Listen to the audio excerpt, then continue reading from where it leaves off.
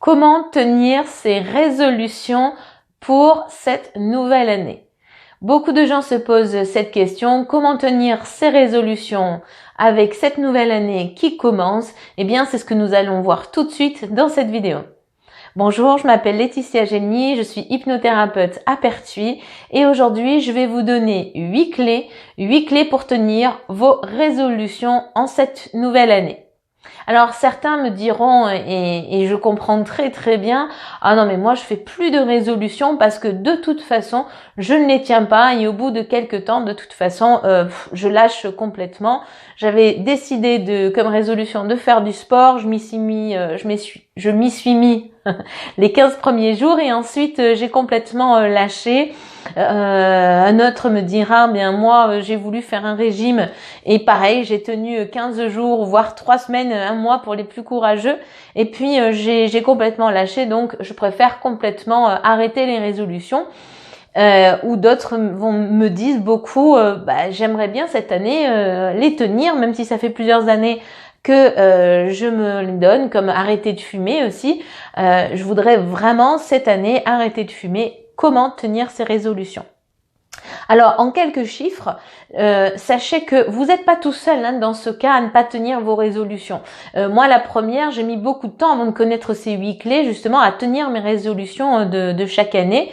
Donc, même moi, j'étais vraiment comme vous. Donc, avec ces 8 clés que je vais partager avec vous, j'espère que vous aussi, vous allez pouvoir tenir vos résolutions comme moi aujourd'hui, je peux le faire. Donc, en quelques chiffres, je vous disais, sachez que au bout de 3 mois, environ 90% des personnes ont lâché leur objectif de résolution de début d'année. Voilà, 90%. Donc vous n'êtes pas tout seul. Voilà, 90% ont déjà lâché au bout de 3 mois leur résolution et au bout de 6 mois, on est, accrochez-vous, au bout de 6 mois, on est à 97% de personnes qui ont lâché leur bonne résolution. Seuls 3% arrivent à tenir leur résolution. Donc vous voyez, si vous arrivez à faire ces résolutions, tant mieux, vous faites partie des 3%, et bien bravo. Mais sinon, sachez que 97% des gens lâchent leur objectif, donc vous n'êtes vraiment pas tout seul. Donc il n'est pas question de lâcher vos résolutions, il est question de changer comment vous faites. Et ça, je le dis souvent, même en cabinet. Le plus important, c'est pas de lâcher l'objectif, mais c'est de lâcher comment on atteint cet objectif. Et donc là, justement, je vais vous donner ces fameuses 8 clés. Alors, la première clé que vous pouvez utiliser, c'est d'abord, alors c'est tout bête, mais pourtant c'est vraiment très important, c'est de définir le plus clairement possible votre objectif. Définir le plus clairement possible votre objectif. C'est la première clé. Qu'est-ce que ça veut dire? C'est pas simplement je veux arrêter de fumer. C'est je veux arrêter de fumer parce que le matin je tousse. Je veux arrêter de fumer parce que je me sens pas bien dans mon corps. Je veux arrêter de fumer parce que je sens que mes poumons brûlent. Je veux arrêter de fumer parce que pour moi le sport c'est important et je n'arrive plus à courir comme avant. Voilà, c'est ça que vous devez définir, vraiment un objectif très précis. Pareil pour si vous voulez maigrir. Ok, je veux maigrir, mais demandez-vous pourquoi vous voulez maigrir. Qu'est-ce qui sera important pour vous? Qu'est-ce qui sera plus positif pour vous une fois que vous aurez minci? Voilà, c'est vraiment définir clairement cet objectif le plus clairement possible. Ce que vous pouvez aussi faire, c'est faire une mind map, ce qu'on appelle, c'est-à-dire créer un tableau de visualisation. C'est-à-dire, si c'est pour maigrir, mettez des photos de vous quand vous étiez mince. Voilà, faites un petit tableau et collez des photos de vous quand vous étiez mince ou quand vous aviez le poids idéal que vous voulez atteindre aujourd'hui, parce que ça va être votre objectif. Alors c'est pas pour vous casser le moral, loin de là. Il y en a, j'entends, qui vont me dire ah mais non mais ça, si je mets ça, moi je vais être dépité. Non, c'est vraiment pour programmer votre inconscient et votre conscient par la même occasion à aller vers cet objectif-là. Cet objectif, c'est de devenir plus mince. Si votre cerveau sait exactement là où il doit aller, eh bien, il va vous y mener. Si c'est flou, c'est dire je dois perdre du poids, bon, c'est bien, je dois perdre du poids. eh bien, ça ne dit pas où est-ce qu'il faut que vous alliez. Donc ça, c'est comme quand vous travaillez avec moi en cabinet. L'objectif doit être le plus précis possible et que vous puissiez le visualiser au plus proche, que vous puissiez entendre ce que les gens vont vous dire peut-être. Il faut que vous créiez aussi un petit scénario mental de ce que les gens vont pouvoir vous dire, comment vous allez être, ce que vous allez pouvoir ressentir dans votre corps une fois que vous aurez minci ou arrêté de fumer ou repris le sport, etc. Voilà, il faut vraiment être sur tous ces canaux-là et vraiment bien ressentir. Donc c'est très très important. La première clé, rappelez-vous, définir précisément son objectif. La deuxième clé, c'est de faire une liste de tout ce qui va vous rapprocher de cet objectif. Alors c'est très très important ça aussi, faire une liste de tout ce qui va vous rapprocher de cet objectif. Si vous voulez arrêter de fumer, par exemple, c'est de vous dire, bon ben si je fume un paquet par jour, je me dis que pendant un mois, je vais réduire à, si c'était 20, je réduis à 15. Voilà. Et pendant un mois, je m'astreins à ne fumer que 15 cigarettes. Et puis le deuxième mois, je me félicite et je réduis à 10 cigarettes, etc., etc. Donc faire une liste de tout ce qui va vous rapprocher de cet objectif. Si vous voulez perdre du poids, concrètement, ça peut être je supprime tout ce dont je n'ai pas besoin, c'est-à-dire peut-être les grignotages. Alors peut-être pas tous les grignotages d'un coup si vous grignotez beaucoup, mais si par exemple le grignotage entre les repas, en tout cas entre celui qui s'approche le plus du repas, disons que c'est celui du 11h30 si vous mangez à midi, ou le grignotage du 18h30 si vous mangez à 19h, eh bien c'est de vous dire je vais supprimer ça. Et tous les autres points qui vont vous rapprocher le plus possible de votre objectif. Soyez créatifs. Là, je vous ai donné des exemples. Peut-être ils ne vous correspondent pas. En tout cas, il faut qu'ils soient le plus précis possible et le plus adapté à vous possible. La troisième clé, c'est de faire vraiment très très attention à la gratification immédiate. Et ça, j'en parle très très souvent en cabinet. La gratification immédiate, c'est ce qui nous tue. D'ailleurs, dans notre société de consommation, c'est ce qui nous tue le plus. Alors, qu'est-ce que c'est la gratification immédiate? C'est-à-dire que notre corps est plus facilement tenté de se faire plaisir plutôt que de se donner du déplaisir. C'est-à-dire qu'on va facilement, on est stressé, aller fumer pour se détendre là, dans l'ici et maintenant. Donc on a la gratification immédiate de cette croyance, parce que je vous le rappelle, ce n'est qu'une croyance. La cigarette, à aucun moment ça vous détend, au contraire ça vous énerve et c'est le cercle vicieux. Bien, bref, le fait d'avoir cette gratification immédiate, de fumer pour soi-disant se détendre ou se déstresser dans l'instant présent, c'est ça qui vous tue. Donc luttez contre cette gratification immédiate et pensez à long terme. Regardez ce qui va se passer à long terme si aujourd'hui vous vous accordez cette gratification immédiate. Pareil, cette tartine de pâte à tartiner, on va dire, que vous allez mettre sur du pain.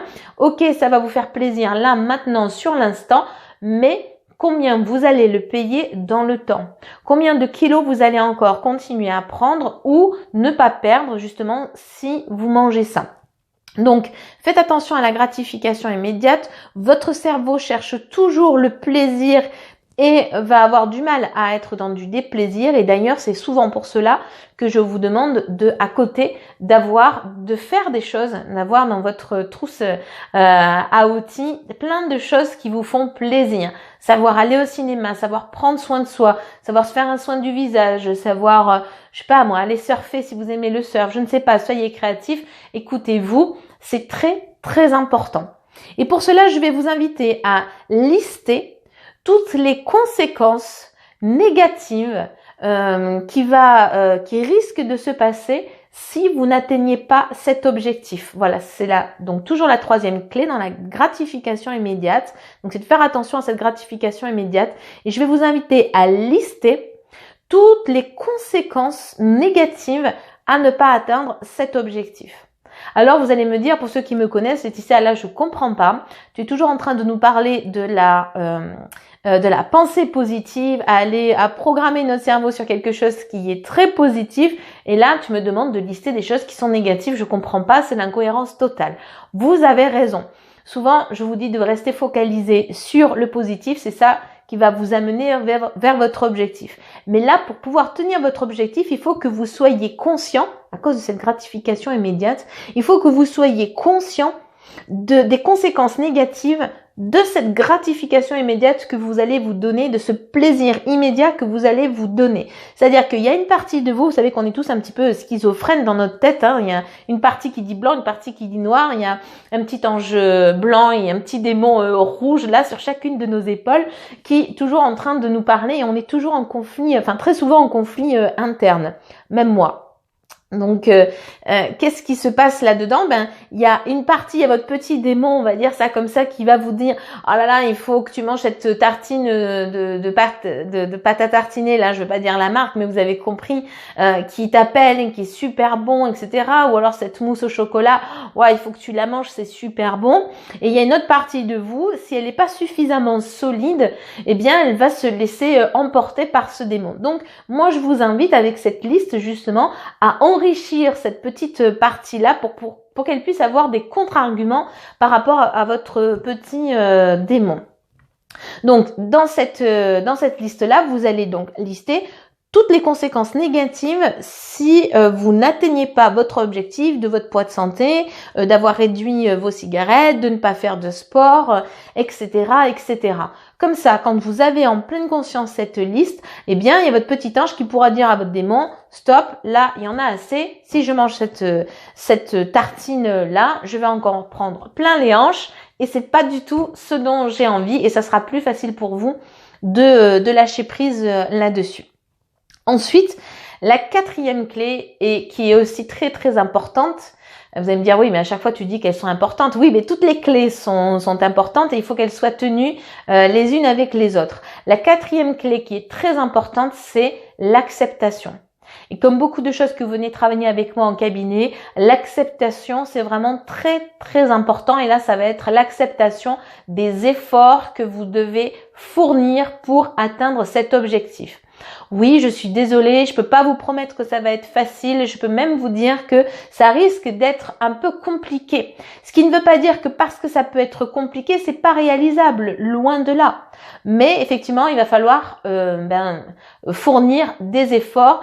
Quand on se souhaite des bonnes choses pour l'année en cours, c'est bien, mais comme je vous le disais dans une précédente vidéo, se souhaiter c'est pas suffisant, il faut être acteur, vraiment être l'acteur de votre propre vie. Si vous attendez que ça tombe du ciel, comme certaines personnes qui attendent de l'hypnose mon coup de baguette magique, je vous informe que j'ai pas de baguette magique, hein, c'est dommage, je tue un peu le mythe, mais si vous ne travaillez pas un peu de votre côté, tout ce que je vais pouvoir vous apporter ne fonctionne pas. Là, de la même manière, si vous voulez atteindre votre objectif, si cet objectif est vraiment important pour vous, pour en faire une résolution, eh bien alors, il va falloir faire un peu d'efforts. Et ces efforts, ça passe par l'acceptation de passer par ces efforts-là, passer par l'effort de se dire non, je veux pas de cette galette, je veux pas de ce gâteau, je veux pas de cette cigarette, je veux pas de cette flemme justement de pas mettre mes baskets et de partir faire du sport. Quand on part faire du sport de la même manière, les gens me disent oui mais j'ai envie de faire du sport, c'est bien après, mais le temps de mettre mes baskets c'est compliqué. Oui, c'est là, c'est si vous pensez justement à votre objectif, à votre clé numéro 1, définir son objectif, si vous pensez à comment vous allez être une fois que vous allez avoir des entraînements suffisants pour je sais pas moi faire le semi-marathon que vous vous êtes fixé. C'est pour ça que c'est important de bien détailler comment vous allez être, comment vous allez vous sentir, etc. Parce que c'est pendant l'effort que vous allez avoir besoin de cette visualisation-là. Donc la quatrième clé, je répète, c'est vraiment l'acceptation de passer par ces efforts et ces sacrifices. La cinquième clé, et non des moindres, elle aussi, la cinquième clé, c'est de se donner une date butoir. C'est de se donner une date butoir. Et ça vaut pour tous les objectifs, c'est-à-dire qu'il est important de vous donner une date butoir. Si vous avez envie de perdre 20 ou 30 kilos, par exemple, vous n'allez pas les perdre en 2 mois. Enfin, si vous les perdez en 2 mois, c'est pas bon. Vous allez les reprendre en 1 mois. Donc, ne faites pas ce genre de bêtises-là. Si vous avez envie de perdre 20 ou 30 kilos, par exemple, étalez-les sur une année. C'est plus raisonnable et en tout cas, en termes d'objectifs, ça sera plus facile. Donc, mettez une date butoir, dites-vous. Souvent, on fait des résolutions, on se dit, ben voilà, comme ça, l'année prochaine, je serai sportive, je serai non-fumeur, je serai plus mince, etc. Si votre date butoir, c'est le 31 décembre 2018, pourquoi pas? Ou 31 décembre 2019, pourquoi pas? Mais mettez une date butoir et écrivez tout ça. Voilà, écrivez votre date butoir. Comme ça, votre cerveau, il est programmé à savoir que ça, c'est une date butoir et c'est du concret. Vous savez que votre cerveau, lui, il a besoin que vous lui donniez du concret pour pouvoir avancer. La 6e clé, c'est une fois que vous avez mis cette date butoir, disons c'est sur 12 mois, si on reprend l'exemple des kilos à perdre, alors on va faire simple, si vous avez besoin de perdre 12 kilos sur l'année, eh bien il faut diviser ça en sous-objectifs. C'est-à-dire que 12 kilos sur 12 mois, ça veut dire que vous devez perdre, vous vous donnez comme objectif de perdre 1 kilo par mois. Voilà. Et là, franchement, ça redevient beaucoup plus réalisable de se dire perdre 1 kilo par mois, c'est beaucoup plus facile, on se met beaucoup moins de pression quand on se dit 1 kilo par mois, est-ce que c'est réalisable? Franchement, ça a l'air possible en changeant un tout petit peu de mode de vie, de mode de manger, de mode de penser, justement à l'alimentation, c'est faisable.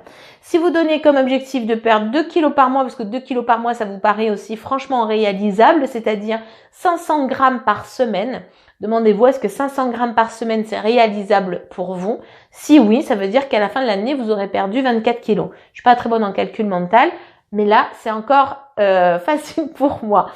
Donc, vous dire perdre 24 kilos, c'est compliqué. Pour ceux qui en ont vraiment besoin, attention, si vous pesez déjà 50 kilos pour 1m50, allez pas vous mettre ça en tête. Il faut que les objectifs soient réalisables, je vous l'ai pas dit, mais voilà, il faut que ça soit quand même sensé. Si vous voulez perdre 24 kilos en un an, ça veut dire que vous devez perdre chaque semaine 500 grammes. Voilà, on n'a pas besoin de peser ses aliments, de plus manger ci, de plus manger ça, etc. De la même manière, si vous voulez arrêter de fumer, si vous fumez un paquet par jour, eh bien réduisez graduellement. Voilà, si à la fin de l'année, au 31 décembre 2018, eh bien vous voulez arriver à 0 cigarette, divisez en sous-objectifs par mois et par semaine. Et ça, c'est important de l'écrire. Et ça, c'est important que chaque semaine, vous fassiez un bilan. Ça, votre objectif ne va pas se réaliser si vous ne faites pas un tout petit peu d'effort. C'est-à-dire regarder chaque semaine et être attentif à votre objectif. Chaque semaine, de vérifier que chaque semaine, vous avez bien perdu vos 500 grammes et que vous avez bien mis en place des actions, parce que ça va pas tomber du ciel non plus, les moins 500 grammes. Il va falloir changer un petit peu des choses, peut-être moins de grignotage, moins de sucreries, moins de repas par jour, peut-être faire attention d'en prendre plus que 3, remettre des fruits et des légumes dans l'alimentation, par des choses vraiment des fois toutes simples. 500 grammes par jour, c'est franchement réalisable et ça peut vous faire perdre 24 kilos à l'année. Voilà. Donc pour ce sixième clé, c'était diviser cet objectif en sous-objectifs, les écrire surtout et faire un bilan chaque semaine. La 7e clé, ça va être vraiment d'écrire, c'est un peu ce que je vous disais, d'écrire, j'ai avancé un petit peu là, du coup c'est d'écrire sur un cahier toutes ces clés-là et de chaque semaine de faire le bilan, mais un bilan vraiment écrit de où vous en êtes. Voilà. Vous avez perdu ces 500 grammes, très bien, vous en avez perdu plus, bravo.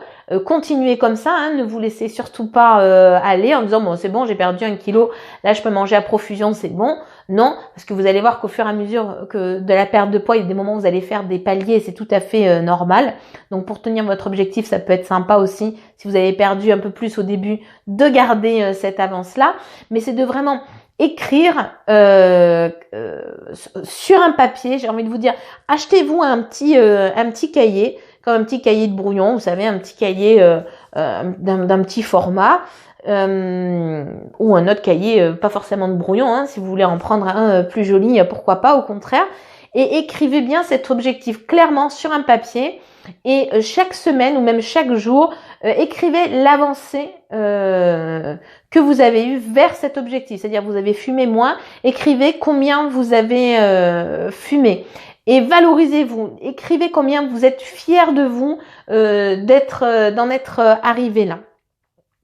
Et vous écrivez aussi dans vos sous-objectifs, par exemple, au bout de 10 kilos de perdu, si vous voulez en perdre 30, disons, sur l'année, dites-vous que tous les 10 kilos perdus, c'est-à-dire tous les 4 mois à peu près, si vous perdez 2 kilos par mois, tous les 10 kilos perdus, faites-vous un cadeau et écrivez quel cadeau vous allez vous faire.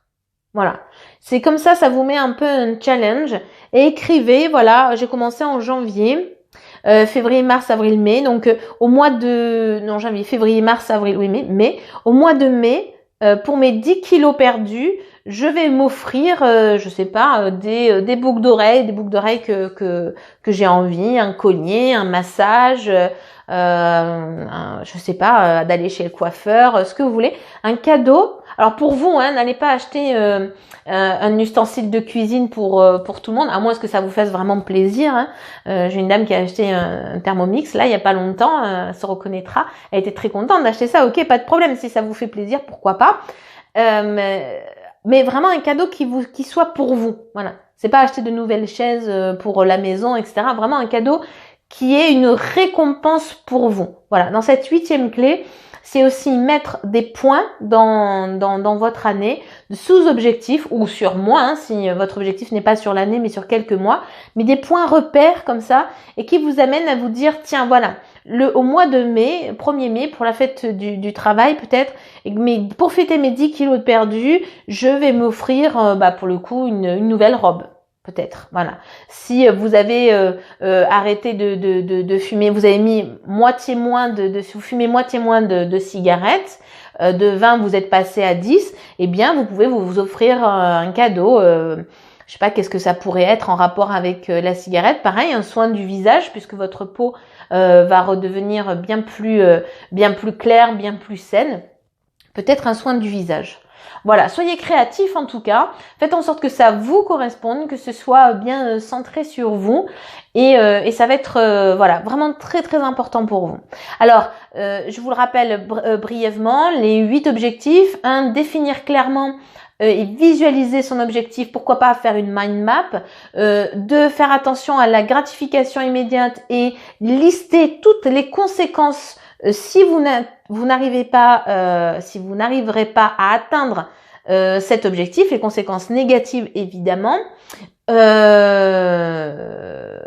Non, le 2, c'est faire une liste de tout ce qui va vous rapprocher de cet objectif. 3, la gratification immédiate. 4, accepter de passer par des efforts, 5, la date butoir. 6, diviser cet objectif en sous-objectifs. 7, écrire clairement son objectif sur papier et écrire chaque jour ou chaque semaine en vérifiant qu'on se rapproche de cet objectif. Et 8, faites-vous un cadeau à chaque sous-objectif atteint. Voilà, j'espère que cette vidéo qui est un peu plus longue que d'habitude va vous aider à atteindre vos bonnes résolutions de ce début d'année. Si vous avez aimé cette vidéo, je vous invite à mettre un petit pouce j'aime si vous la regardez sur Facebook et sur YouTube, à mettre un petit commentaire en dessous si elle vous a plu. Si vous avez des suggestions aussi, n'hésitez pas. Et si vous pensez qu'elle peut aider d'autres personnes justement à atteindre leur bonne résolution de cette année, eh bien n'hésitez pas à la partager. Quant à moi, je vous retrouve à très vite sur ma page Facebook et également sur ma chaîne YouTube, toujours en cabinet évidemment à Pertuis. N'hésitez pas à aller visiter mon site www.laetitia-génie.fr et à télécharger les 3 audios de relaxation gratuits par l'hypnose que j'ai concocté exprès pour vous. Eh bien, je n'ai plus qu'un seul mot à vous dire. Prenez soin de vous et à très bientôt. Au revoir.